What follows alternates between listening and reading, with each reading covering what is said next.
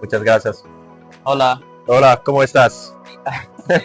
¿cómo estás? Bien, bien. No me quejo. No lo comprendo. Está bien. Alright, so we are at DevCon next and I'm at the Fileverse booth. Please introduce yourself. I'm Laszlo, in charge of marketing, community at Fileverse. If you want me to tell maybe a little introduction about what we do. Yes, please. So That's why we are here. yeah, essentially we're building collaboration apps that are very similar to what you find on Google Workspace, Notion. So with these tools you have zero privacy. All your data is in servers in California. They're on your encryption keys, so they can do whatever they want with your data. We think it's a really bad way to collaborate. It's not secure at all, so there's leaks. They can train AI with your data. They can surveil you, and we think, they've had the market on chokehold for 20 years. Everybody uses it because it's convenient, but we think there's a better way to collaborate online. So we're essentially doing collaboration tools like Google Docs. We have an app called ddocs.new, which is our first public app. Another one called dsheets.new, which is essentially like Excel at Google Docs, but all private, all end-to-end encrypted, and decentralized as well. So your data is not in servers in California owned by a corporation. It's on your computer and also saved via peer-to-peer networks.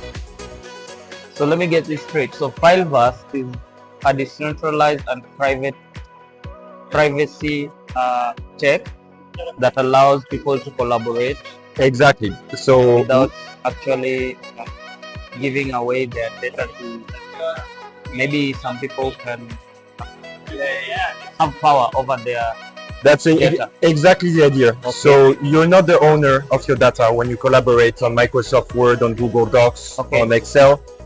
They own your data. It's free, so you're the product. Mhm. They can monetize it. And the idea is that we're building a middleware on which we build applications. Mhm.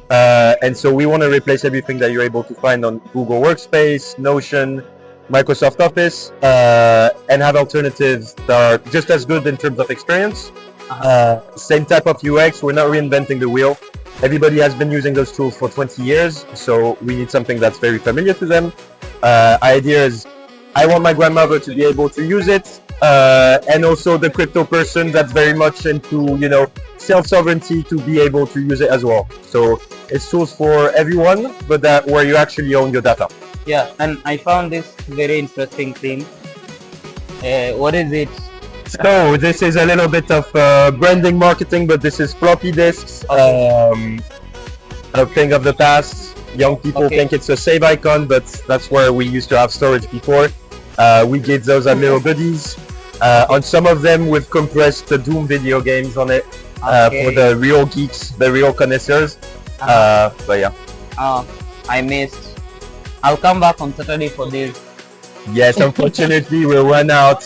We had 200 of them. We gave them all out. Okay. Next time we'll have one for you. I'll make sure of it. Is there something else that people can do on Fileverse? Like probably, I don't know. You tell me. What else can people Yes. do on Fileverse? So for now, our main first app is called ddocs.new. Just like you can do docs.new for Google Docs, you add a D in front of it. It starts a new document. So same functionalities. Our second public app that was released a few months ago is called dsheets. That you can hear in the background there.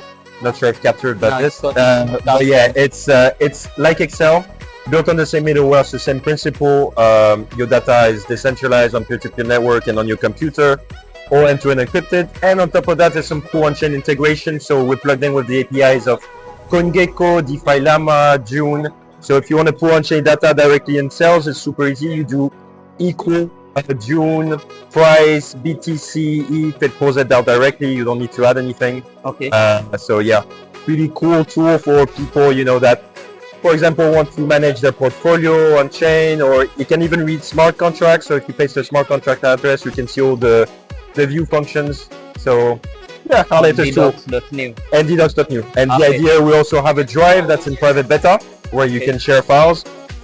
And down the line, we want to replace everything that you find on Google Workspace. Do you have anything interesting that you're working on currently that we should probably look forward for? polishing our apps. So the latest app that we launched, Excel Alternative DSheets.new, is a few months old.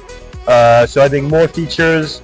We're updating both the apps every single week based on user feedback.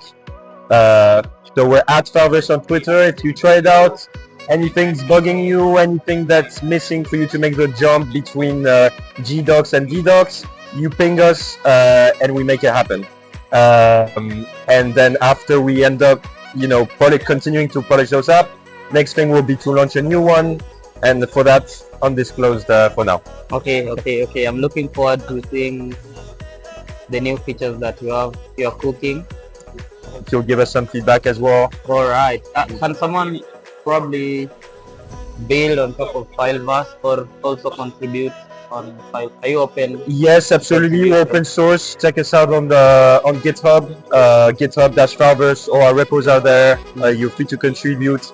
A great way to contribute as well, like I said, provide feedback, test the app, anything missing, let us know. And yeah, that's a great way to push it forward.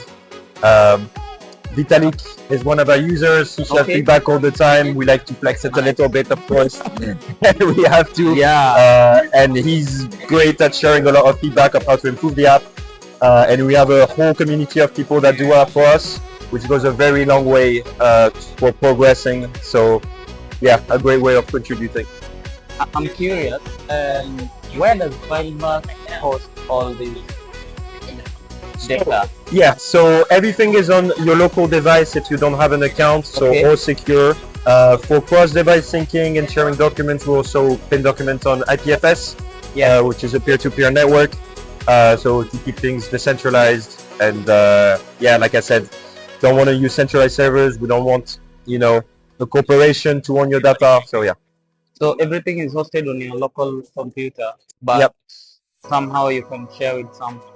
So on your local computer, but when you share with someone, it's pinned on IPFS. So the way it works is when you uploaded on IPFS. Yes. The metadata. So the way it works is when you create a document or a sheet, it generates end-to-end encrypted content hash, and that content hash is then pushed on chain on IPFS via your account, which is a safe smart account, or your accounts on DDoS, DSheets are safe smart accounts, and then managed via your collaboration smart contract, which is on Gnosis chain, L2 of Ethereum.